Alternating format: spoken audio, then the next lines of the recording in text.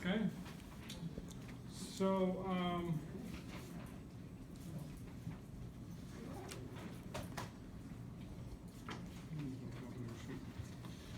all right. So as a general rule, well, let me back up a little bit. Okay, so let's say, I just saw a thing yesterday and it said that Evan McMullen was in a virtual tie with Hillary Clinton here in Utah. Did you guys know that? Go Evan, right? So anyway, he went to the awful school, but well, he's a more moral person than Donald Trump. He's from your hometown? What hometown is that? Auburn, Washington? I did not know that. Learned something today. Okay? So at any rate, let's pretend, for example, that you're doing a bunch of different polls here. So you get one poll and he's at like 35%, another poll he's at 37%, another poll is at 39%, another poll is at 36%. Okay, there's going to be some variation going on, right? Okay, so until you go to the election, you don't know what his poll really is or what it's going to be. So the true population proportion, so if these are a bunch of p-hats here, okay, you do a bunch of polls, there's going to be some variation, right? So you hope that your poll is getting the true proportion, but you don't know that for sure, okay? So if you think about it, let's say, for example, this was your poll, okay? You did a poll, you found out 39% support Evan McMullen, okay? Well, you know, according to the 68, 95, 99 rule, what? Well, let's think about it this way. So let's say you get 39%, okay? This is your poll. If you go out, according to the 68, 95, 99 rule, if I go out 2 standard deviations, what percent of my data should be here? I should get 95%, okay? So you would hope that, okay, if I go, now I drew this differently, but you would hope that maybe instead of having a nice narrow thing here, you only talk to 500 or 1,000 people. It's probably gonna be more like this, right? So you would hope that, well, if I go out 2 standard deviations, I hope that in reality, my sample is going to include the true population proportion.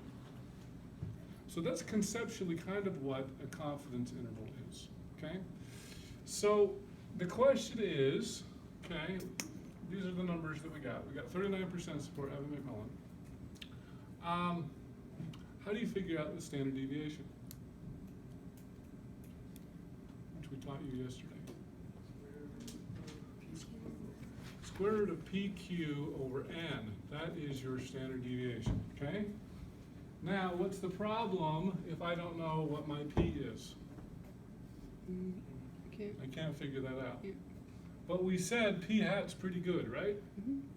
So I'm going to say, okay. I'm going to substitute that because that's the best option I have, okay? So that's the idea with a confidence interval. So generally speaking, a confidence interval is your point estimate plus or minus your margin of error. Okay? So your point estimate typically, now today we're talking about proportions, okay? So your point estimate is going to be a p hat or an x bar or an s. Okay? Typically you're going to add or subtract your margin of error. Okay? Now in our case we just said, well, I'm using the 68, 95, 99 rule. So I'm going to do, my margin of error is going to be your critical value or your standard deviations times your standard deviation. So that we're going to define the margin of error simply as your critical value times your standard deviation. Okay? So that works really well on the first 2. It doesn't work on standard deviation. The problem is these are both, we're going to be using the normal distribution in this case. This one is not going to be symmetric. We're going to be teaching you the chi-square distribution. That looks like a script X. That'll be Thursday. In fact, I think I'm going to teach you another one tomorrow too. So we're going to learn some new distributions this week. Yeah, I was getting bored with that normal distribution. Okay? All right, so typically, conceptually, this is kind of what's going to be going on for most of your confidence intervals. That one's going to be a little bit different. Okay? All right, so let's say here, okay, so we're going to use this number, 39% support Evan McMullen. I want you to come up with a 95% confidence interval. Let's say you talk to 1,000 people. How would you figure that out?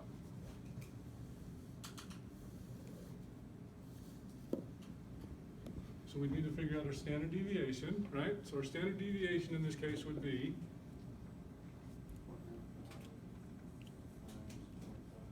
nope. What's my p hat? We're using this here.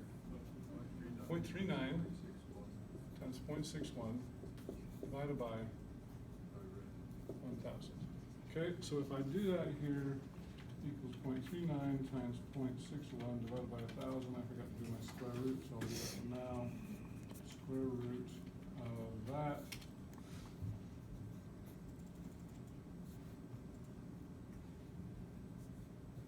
Oh, I did it by 100,000. Okay, so that works out to be about, so in this case, 0.015. Okay, that's one standard deviation. If I want to use the 68, 95, 99 rule, what do I got to do? I'm going to double that times 2, which is going to give me a margin of error of about 3%. Okay? So essentially what I'm saying here is I got 39%. It could be as low as, say, 36% and as high as 42%. Okay? Plus or minus 3%. Does that make sense what's going on? Okay? So I tried to do this conceptually so you understand. Now, the real formula, maybe I'll write the real formula here. In fact, let me make sure I should put it in here. The formula you're going to see on your pink sheets is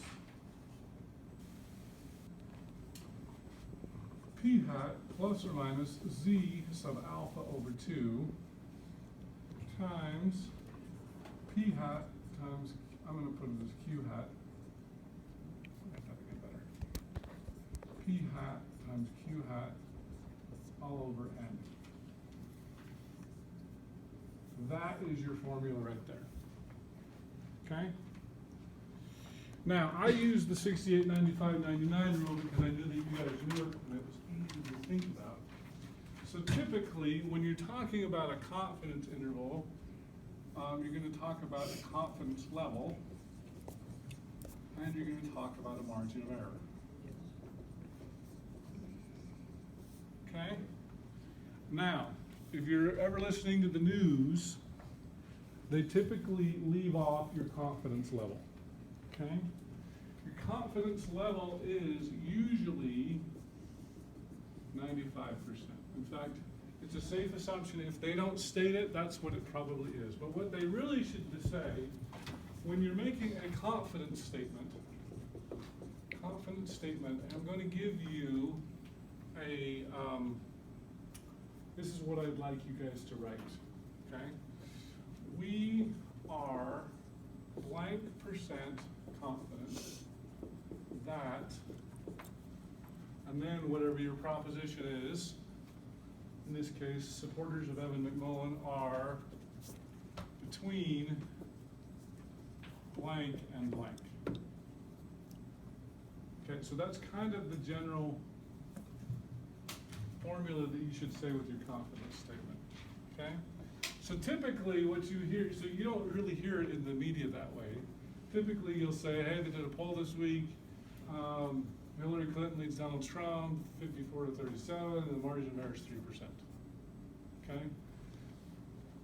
So I'd rather you said it's between 36 and 42% or something like that, okay? Does that make sense? So you want those ones to be percent? The last one are between blank and blank? So yeah, typically, that's a good question. So typically I would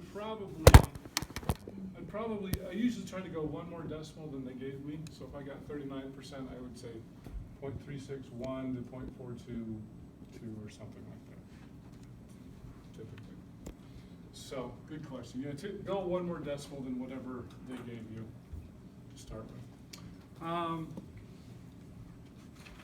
So, let me show you here, who's calling me? Somebody who doesn't know I'm in class. From Corona, California. I got a call yesterday. My wife wanted to go to the, what concert was that? Sarah McLachlan concert in LA, because we left there. There's Josh Groban, but I don't care about him. And so we signed up for the BMW dealership to win a free car. We're gonna win that. And we got entered in a vacation exchange package where they would give us free airfare and a hotel to Honolulu for just listening to a 90-minute presentation. And I said, I live in Utah. Oh, never mind. So anyway, I don't know if that's who that was. It could have been. Okay, so let me go back to here. So one of the nice things, you've seen this normal distribution table before. One of the nice things that we have is you don't have to do a 95% confidence interval. Here we have the most common types out there, okay? So 90, 95, 98, or 99. Those are the most common that are out there, but you can choose other ones, okay? And by the way, remember I said multiply it by 2? Technically, you're only supposed to multiply it by 1.96, okay? I was using the 2 because that was a 68, 95, 99 rule, but technically it's not 2, it's 1.96. So you Okay. want us to use the 1.96? So, yeah, you should use that 1.96. So the idea here is, I'm gonna erase this for a second. Okay? Now, you can look at that table if it asks you for a 90% or 99% or whatever. What if I said I want an 85% confidence interval?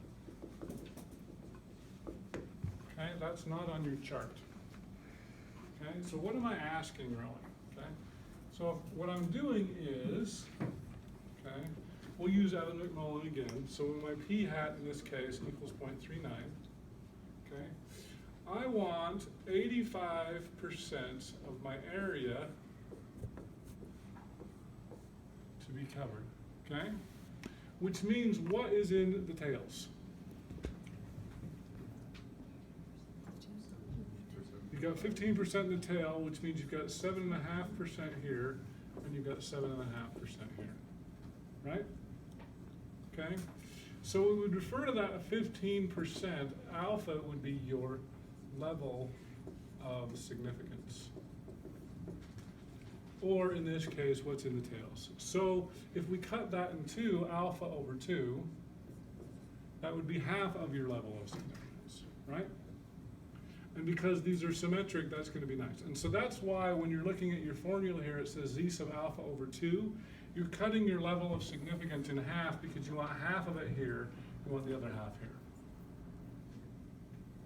Does that make sense? Okay? All right, so that's what the alpha over 2 means. Wait, is Yes. the level of significance the 15%? The level of significance in this case would be 15%. Okay? Because we would want 85% confidence in this case. So now the unfortunate thing is I don't have an 85% critical value. But I can find it. Okay? So if I go back up here, okay, so I'm going down here 4, 5, 6, 7, oh that's 8, okay, so if I go along here, 7.49, okay, that's about 7.5% right there, right? So what is that value? That value is negative 1.44, okay? So what this is telling me, if I convert this to a standard normal, I'm going negative 1.44 standard deviations away. Now, one of the beautiful things about the normal distribution, it is symmetric, right? Which means what is this value? Positive 1.44. Okay? We love symmetry. Symmetry is the best because I only have to look up one of them because it's symmetric, I can do that. Okay? So essentially what I'm doing when I plug it into this formula for my formula, I've got 0.39, that's my p hat, plus or minus my critical value. So this is my critical value. My critical value in this case is 1.44 times my margin of error, which is the square root of Since I don't have P, I'm gonna use P hat, which is 0.39 times 0.61 divided by 1,000. Okay? Does that make sense? All right, so let's do it on our spreadsheet here. Okay, so this is my standard deviation, no, that's my variance. How'd you get to 1.44 again? Okay, so looking back on my chart here, I want 7.5% of my area to be in my tail. So I go through here and I find 7.5, which is about right there. So that corresponds to a z-score of negative 1.44. Okay? All right. So if I'm doing this with the computer, okay, I'm going to need a lower and I'm going to need an upper. So my lower is going to be equals 0.39 minus 1.44 times by my standard deviation, which I already figured out is right there. Okay? So that's 0.367. Now you may be tempted to copy it, but it didn't work. Because you copied it the wrong way. However, if you copy it, if you select what's up there, Control C to copy, and then Control V, you should get the exact same number. And then all you need to do is change that minus to a plus. Okay? So essentially what we're doing for our 85% confidence interval, we're saying that this is between 0.367 or 368 and 0.41. Okay? And so now, Brandon's going to give us a confidence statement.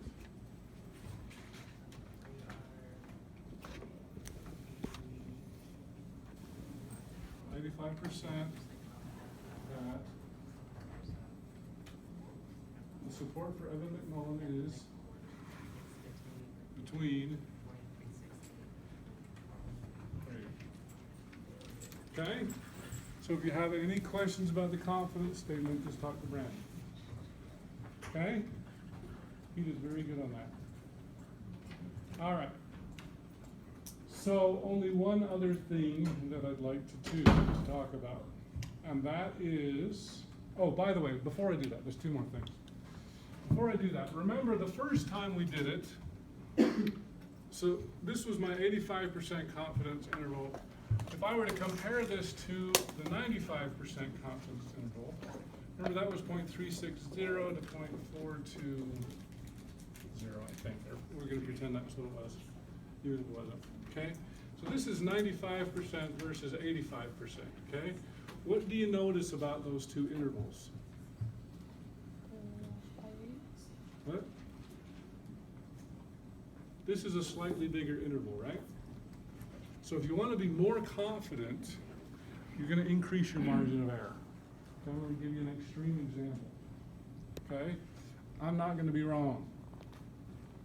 No matter what my poll results were, I'm 100% confident, 100% confident that the support for Evan McMullen in Utah is somewhere between 0 and 100%. Prove me wrong. Okay? What did I just do? Created a massive margin of error. Okay? Now, if I want a small margin of error, 40% confident it's between 38.5% and 39.5%. Not very confident though. Okay? So if you want a small margin of error. Now, if you want a small margin of error, so the other way to make this smaller is you can make your denominator bigger. Just talk to more people. If you make your denominator big, this makes your standard deviation small. That will also shrink your confidence up. Okay, so the last thing I want to do is talk a little bit about your sample size needed. Okay? So you can do a sample size calculation. I'm going to have two formulas for you. One is n equals p E hat Q hat times Z sub alpha over 2 over E, where E is your margin of error. We're going to square that, okay? That's if you have a prior estimate, okay? So that's formula one. The other one is if no prior estimate, then you can use 0.25 times Z sub alpha over 2 over your margin of error squared, okay? Now, when you're figuring out your margin of error, so let's say, okay, so 2 months ago we had no idea, probably nobody, even Skylar, had ever even heard of Evan McMullen, right? Did you ever know Evan McMullen before? I did, but that's cheating. You did? We like went to same, like he went to high school. I went to. He was like a famous CIA dude at your high school? Did not know that. All right, so I thought he's a spy. He's not supposed to, nobody's supposed to know. He's not a very good spy. Anyway, okay, so if I have a prior estimate, okay, I'm going to use 0.39 times 0.61 times, let's go with a 95% confidence interval, which is 1.96. 1.96 divided by your margin of error. What margin of error do you want? 4% margin of error. Or actually, I should say 0.04. Okay? We're going to square that. Okay? That gives me 571. That rounds to what? 572. Okay? Because if you go rounded to 571, you're not going to be 95% confident. Now, if no prior, you're going to use equals 0.25 times 1.96 divided by your margin of error, which is 0.04 squared, okay? Instead of 572 people, you're going to need, I did something wrong. What should have been higher? Oh, I did, I made a typo there. You're gonna need 600. So you're gonna need 601. Okay? So what That do you rounds mean to by 601. prior estimate? Okay, so 2 months ago, I had no idea who Evan McMullen was. So I had no idea what to put in there.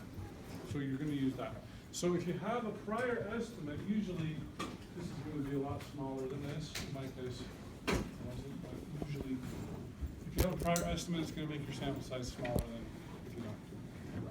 Okay? All right, see y'all tomorrow.